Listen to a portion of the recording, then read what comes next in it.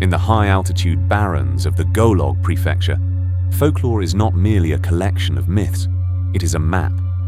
For centuries, the nomadic tribes have whispered of the Iron Palace, the legendary subterranean fortress of King Gesar. Most historians, confined by the rigid walls of traditional academia, dismiss this as a cultural epic, a heroic tale of a warrior king meant to inspire the masses. But when you move beyond the written text and analyze the oral tradition through the lens of geophysical surveying, the narrative shifts from history to structural engineering. What if I told you that King Gesar was not just a ruler, but the primary operator of a forgotten energy facility? I am not talking about a king wearing iron armor. I am talking about an entity that managed a stable energy gate beneath the permafrost. The legends claim that the palace was built by divine architects who could manipulate stone as if it were liquid. In modern condensed matter physics, we know that to manipulate stone at a molecular level, you need extreme frequency modulation. Is it possible that the Gesar epic is actually a technical manual of a lost civilization? Think about the implications. If the architecture was liquid, then the palace wasn't built, it was tuned into existence. We have to stop looking at these ruins as debris of the past and start seeing them as the dormant hardware of an advanced, abandoned network. I brought a portable seismic imaging sensor to a region in the Golog prefecture, an area marked by specific topological irregularities. These are places where the ground temperature is inconsistently warm, even in the depths of a Tibetan winter. According to our thermal scans, there is a massive, hollow structure about 150 meters beneath the surface. This isn't a natural cave system. The geometry of the void is too perfect. It's a series of concentric circles. If you map this onto a topological grid, it looks exactly like a cooling system for a high-output energy core. The local legends say that the entrance to the Iron Palace is sealed by the breath of the dragon. In reality, this breath is likely a natural gas venting mechanism, part of a sophisticated pressure relief system for the subterranean structure. We are looking at a masterclass of structural engineering that predates the known history of the plateau. Imagine walking across a landscape that looks like empty wilderness, yet underneath your boots, there is a mechanical heart, waiting for a signal to beat again. Many have searched for King Gesar's sword and armor. If they exist, they aren't just weapons. Look at the ancient descriptions of the golden spear. It was said to glow with the light of 1,000 suns. If we interpret this through a materials science perspective, we are looking at a semiconductor device, a weaponized light-emitting diode, or a plasma projection tool. These items were not meant for war. They were control interfaces. Think of them as keys to the energy gates. If the underground palace is a server node for the Earth's magnetic grid, then these artifacts are the administrative credentials. We are not just digging for artifacts.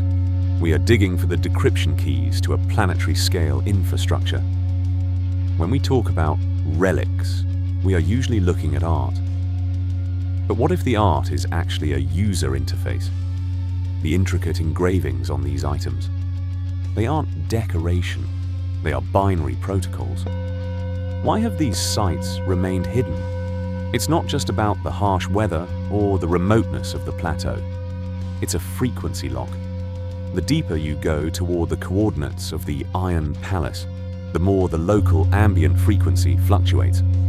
I've recorded consistent patterns of infrasound, frequencies below 20 Hz. These are the same frequencies used in modern industrial noise cancellation and active denial systems.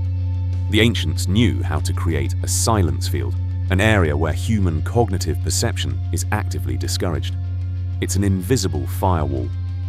This is why many explorers feel an overwhelming sense of anxiety or being watched as they approach these sites. It's not a ghost. It's a biological reaction to an active defensive frequency. Your brain is trying to interpret a signal it wasn't built to process. It's the sound of a system saying, "Access denied." You aren't just walking into a cave. You are walking into an active security perimeter. The ancients didn't need gods. They had physics. People often ask, why don't we just drill? When I present these findings to colleagues, the skepticism is palpable. They call it pseudo-archaeology. But I would ask them, how many natural geological formations simultaneously demonstrate perfect concentric geometry, localized thermal anomalies, and active electromagnetic pulses? This is not chance. This is a deliberate, engineered environment. When I hold the sensor and the numbers drift from 10 Hz to 120 Hz, I am not seeing nature. I am seeing a machine that is waking up. The most terrifying aspect of the Gesar legend is the star map of the king. It is said that Gesar knew the exact positions of the stars long before modern astronomy. If you overlay the locations of the purported subterranean entrances across the Tibetan plateau, they don't form random patterns. They align with the orbital path of the galactic core. The Golog area serves as a synchronization point. If the underground light civilization is indeed a dormant reality, they are waiting for a specific celestial alignment. We are currently living in a period of unprecedented magnetic pole instability. As the Earth's magnetic field weakens, these dormant subterranean systems may automatically reboot to compensate for the planetary instability. We are not just standing on ground, we are standing on a massive biological and technological machine. When you look at the stars, you see light. When Gesar looked at the stars, he saw coordinates. When you look at the horizon of the Golog Plateau, don't just see mountains, see a dashboard.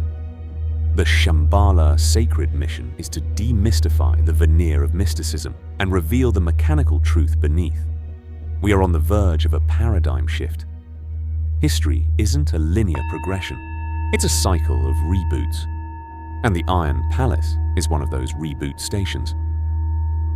Whenever I attempt to record this data, I am overcome by the distinct sensation of being watched. This is no mere psychological suggestion.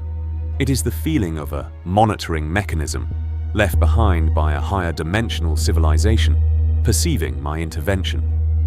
We believe we are the ones observing history, but in truth, history may be peering back through these murals, coldly scrutinizing us as visitors who have ventured too close to the forbidden truth. If you are as obsessed with these structural secrets as I am, subscribe to our journey. In the next episode, we will go even deeper, looking at the mirror cities that exist only in the reflections of the holy lakes.